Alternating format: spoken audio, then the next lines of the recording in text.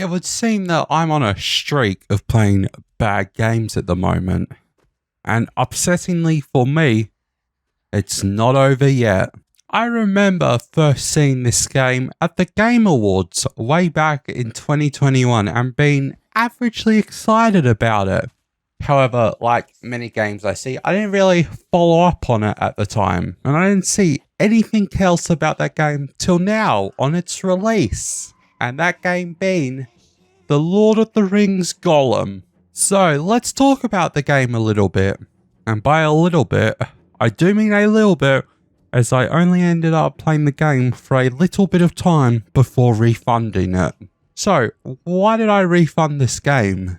It's not even the worst game in my Steam library. However, it is by far the worst game that I had to pay $77 for. And this game has the performance of a game from 2013, if not worse.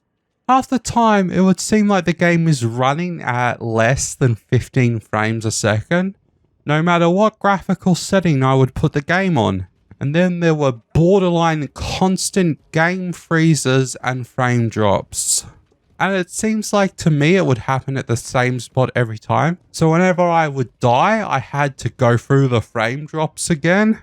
And also, the game just doesn't look good, to be honest. Like, as I said at the start, I have played a lot of bad games recently. The thing with all those games is they were horrible, especially Saints Row. But graphically, they looked amazing. And this game just looks bad in general, and it's a blurry mess half the time.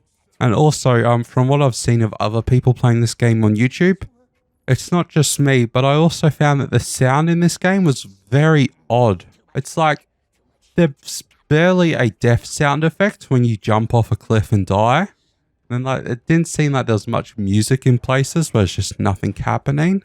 So anyway, just like almost every big game release this year that came out, this game comes with its very own apology tweet.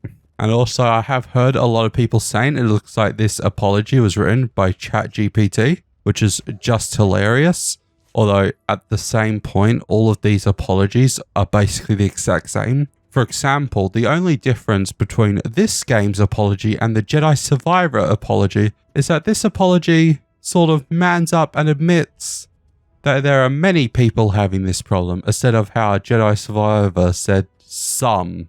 And listen, I know this video I haven't talked much about the story. That's because I didn't play much of it. I only ended up playing an hour of it until I refunded it. I was up to the second night in the prison, and I just decided that this game is not worth what I paid for it, and I just couldn't justify the purchase in my mind. It also crashed at the end of the day, at the end of the session. That's why I just said I was done at that point. So I may come back later when/if they fix the game and give it a real shot.